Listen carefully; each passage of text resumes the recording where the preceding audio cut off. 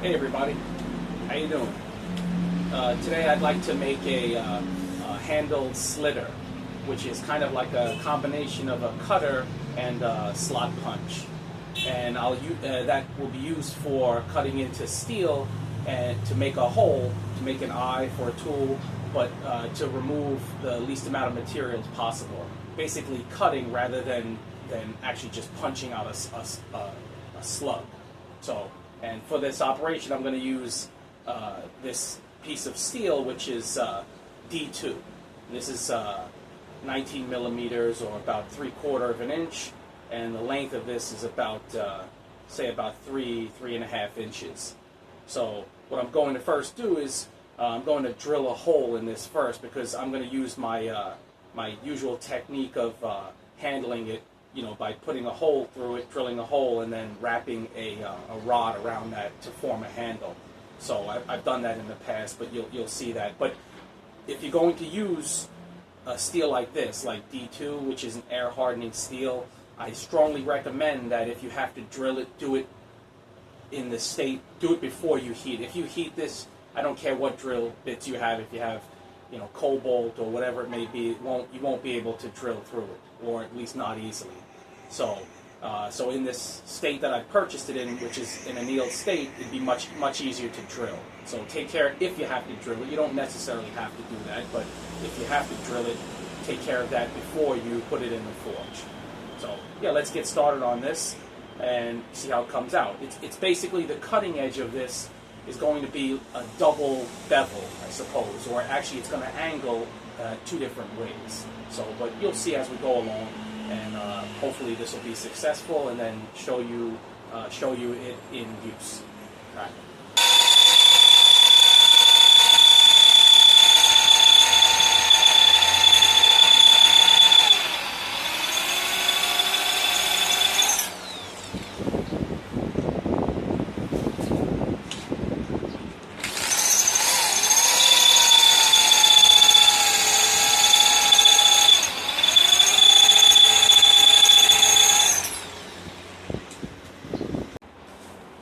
Okay, for this slitter, I've the holes drilled, and I've decided rather than forging this to shape, I'm gonna grind it, and there's a couple of reasons for that. And the first reason is once this steel has been heated, it's basically hardened.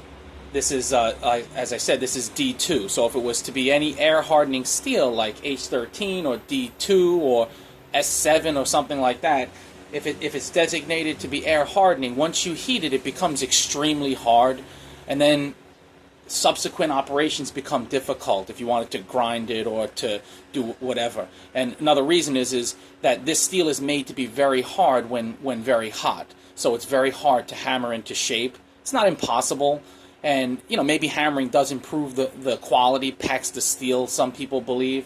But so this piece here, I've had rather than, hot forging this, I've had the machinist make the main taper on this. And you can just, grind that yourself if you have sufficient grinding tools to do that. So for this tool, we have to have a main taper in one direction. And then when we turn it 90 degrees, I'm going to make it gently taper this way as well. And then I'm going to put a V on that and then bevel those four edges back. So you can see this is my own right here. I don't know if we can kind of see that here, but I've cleaned it up so maybe it's more visible. But basically, it tapers in this direction. The main taper is this way, very fine taper, and then tapers this way as well. Then form a V on that. Grind back to a V. And then after you have that, you have to grind a bevel here, here, and here, and here. And for some reason, that just makes this kind of a tool, this slitter, hold up very well under use. I mean, the combination of the steel, the air hardening steel, something like H13 is specifically for hot use, so that holds up very well. But this D2 does very well itself. It's a shock-resistant steel. And, so this is my own, and I'll probably just show on this. I'll use this to give you a quick demo of how this tool will work. But yeah, this one here is going to be for a customer, so in the usual manner, like I said, I have a machinist make that main taper, and then right now I'll just use my angle grinder and to grind those the other taper and the bevels on. So.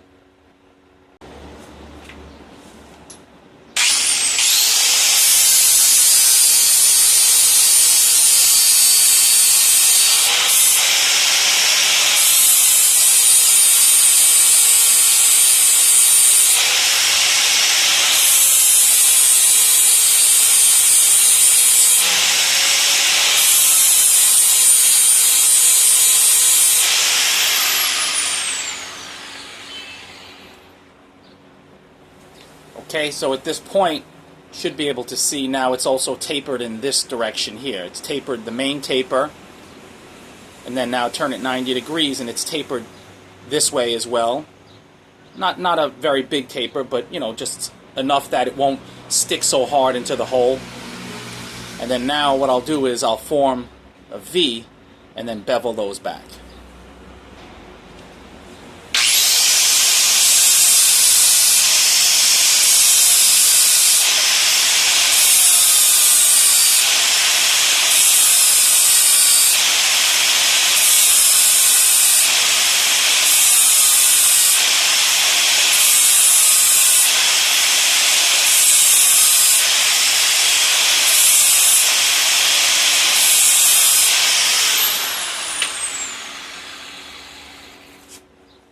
There you can see it's got a V on it now. So main taper, secondary taper 90 degrees, that's hot. And then now I've got that V on there coming to a point. And you can see I'm grinding it. I've got a new flat disc on here that's 60 grit. If this was heated, this would be 10 times harder to grind. So I just find it to be a lot easier to do this way for this kind of a tool. Okay, and now I'll bevel back those 4 edges.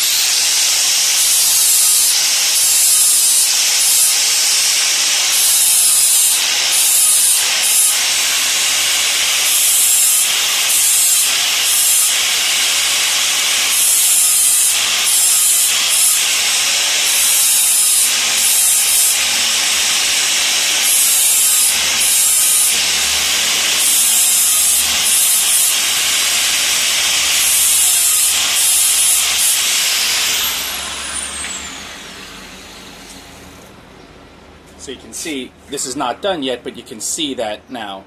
See the bevels on there, and then I'm going to make this come to a much finer point. You know, so it'll be a point here, and then beveled that way and that way until this edge becomes fine. And as you'll see, that'll make this hold up very well in use. Also, what I'm going to do is these edges here, I'm just going to ease those edges off. I don't want those to be too sharp right there. I just want the cutting edge here to be sharp. But these edges will round those off a bit. Okay, so there it is. Just about there. See if I can get in there so you can see. So that didn't take me long at all. I mean, obviously I had the main taper already machined, and that's the bulk of the material you want to get out. And if you want to hand forge that, it's fine. It's just with this kind of a tool, it has these different angles, so you have to hammer it close to what you want in order to reduce the grinding you're going to have to do later. And if you don't get close enough, you're going to be grinding for a long time.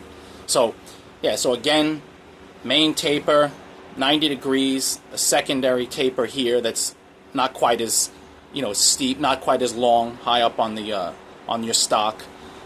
A V, right? That's the main taper this way, and then a V this way, and then bevel those back. A double bevel on each side of that. So, and that just seems to maintain itself very well when cutting into hot steel. Even if this was to be just regular carbon steel, just that sort of a point just seems to work well. I can't give you the exact degrees and angles for this. I mean, I guess I could. As you can see, I'm just kind of going by eye. And so my recommendation is if you're like me, if you're just using an angle grinder and going by eye, I grind, a little here and kind of counting, 5, 4, 3, 2, 1, and then turn 5, 4, 3, 2, 1, 5, 4, 3, 2, 1, like that, and so on. And that just helps me to maintain a consistency. And like I said, I just kind of eyeballed because I know kind of what I want, what will work pretty well. So yeah, let me, here's mine again. And then what I'll do is let me heat up a piece of steel and then show you how it works. Okay, so now I'm going to give you a quick demo using my slitter. And the piece I'll cut through is this piece of 3/4 inch square. It's obviously not that big of a piece, but I have something in mind that I want to make, and that is it's going to be a very small chisel hammer. I've made a few of these in the past for a couple of customers, and it's basically, this is a medium carbon steel, and it's going to have a very short stubby handle which is made to be palmed. So I'll just slit this from both sides, and then you'll see how that slitter works. What I would say is I recommend marking your stock on each side to make sure you're accurately cutting through where you want to go. And also, for the first heat, just take it nice and slow and just make an initial 2 or 3 hammer blows, just so you can get that mark indented, and you can feel it. You don't even have to see it then, because once the piece is very hot, you probably have to go more by feel. Because punching from both sides, you have to line it up pretty good to get a good either a good cut or a good punch. So and I've already used a little punch to mark the center on both sides, and I'll use this pen to just highlight that a little bit more. And this actually stays pretty good when it's hot, this white marker. So just like such. Okay, so I'll throw that in the fire, and let's see how this slitter works.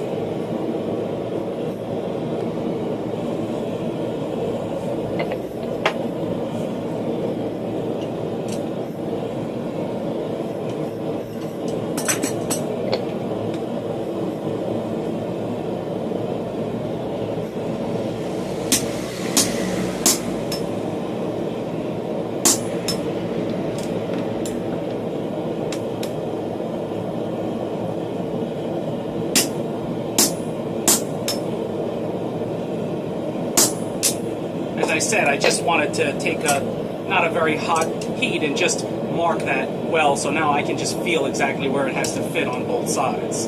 Not a problem. So that'll just help me with accuracy. Also, this type of hammer, I don't have one just sitting around to show you, but I have some pictures of ones I've made in the past, and maybe a little bit bigger than this one, and I'll attach those probably at the end of this video to let you see what those look like. So now let's get to it.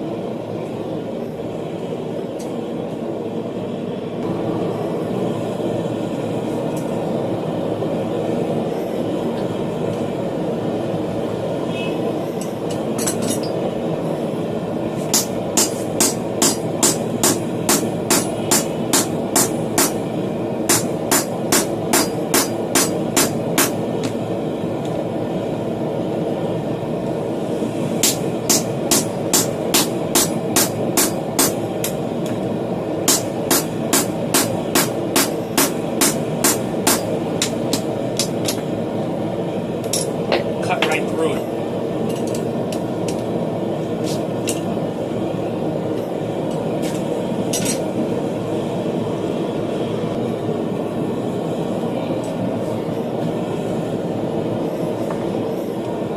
Now just a second heat.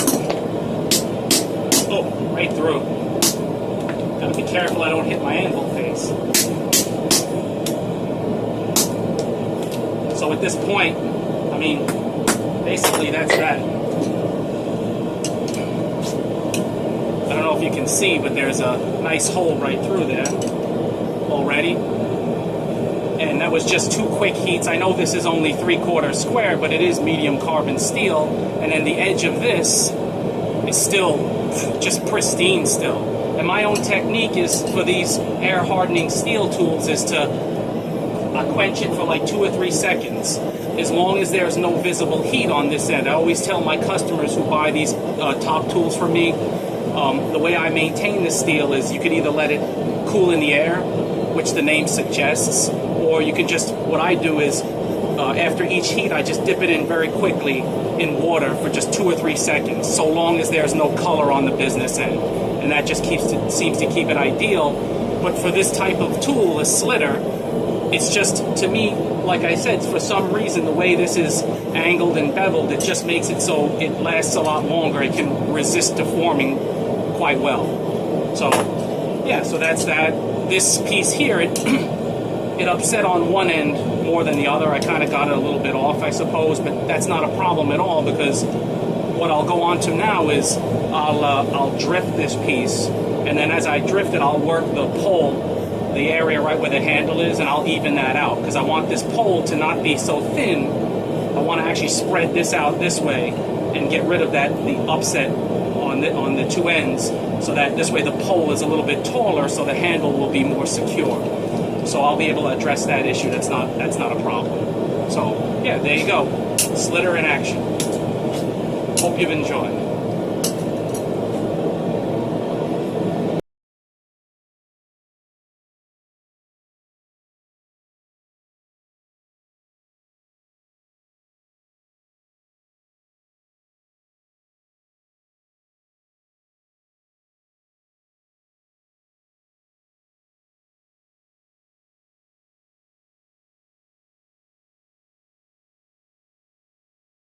If anyone's interested in getting a handled slitter like this one, please let me know. Thanks so much for watching, and please subscribe.